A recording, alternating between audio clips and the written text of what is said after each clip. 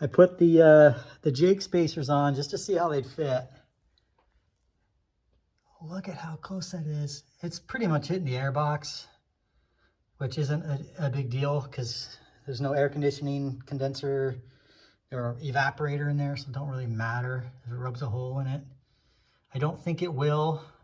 I don't have a gasket yet on the spacer, but I think once I get that on there and cinched down, it'll be fine.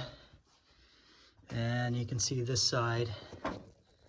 That's where the Hydroboost is. There's just no way to fit it with the Hydroboost. So I pulled it, and I'm gonna have to build some sort of a bracket to move it. And I'm also gonna have to redo the inlet for the blower because the tubes are gonna hit the valve cover now. All right, so I know I kind of mentioned I gotta move things around to get my Jake brake set up to work. The truck had Hydroboost brakes in it, and the problem I had is the valve cover would hit with the Jake spacer. So what I'm gonna do at this point, I think I figured it out, is I'm gonna remote mount the Hydroboost. It's gonna be right here, right above the exhaust. And I know I'm gonna have to deal with the heat issue, but that's an easy fix. And then I'm gonna create some brackets so that I can mount it from the frame to the fender well, and then another one on this side, frame to fender well, and then I'm gonna brace it off of the firewall. Now, the way I'm gonna be able to remote mount that is this company called TDS Industries or something like that.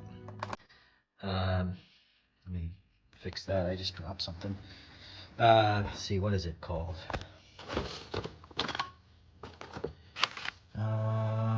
TDS, Trusted Design Services.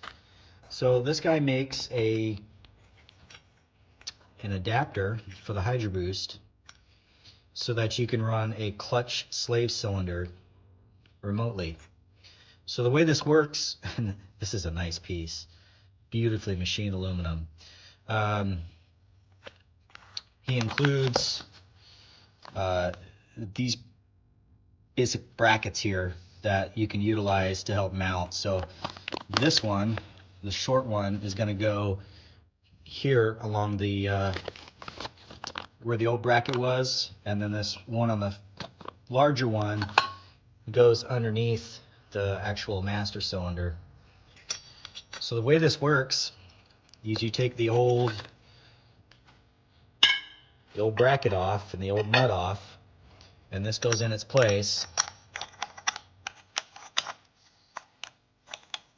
Screws on there, and then here's your adapter for the slave cylinder, and this is held on. The kit comes with a little metal spring ring that fits in this groove, and then when you pull the slave cylinder tight to the bracket, it sandwiches it together.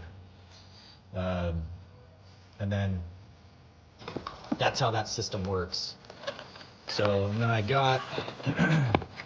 gonna try this. I couldn't find a whole lot of information on what bore size to get. So I just got the Willwood 3/4 inch bore, single pot master cylinder. I am gonna have to adapt the threaded end because it's smaller on this one, but again, that's an easy fix. And then I'm in the process of painting the slave cylinder. So that's how I'm going to run the brakes on the truck. And with the slave cylinder in place, it's the same length as if I had this in place.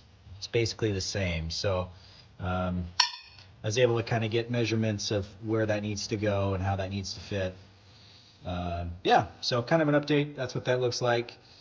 I am going to have to take pipes because you can see that's not going to work anymore. So I've got a plan in place for that as well. But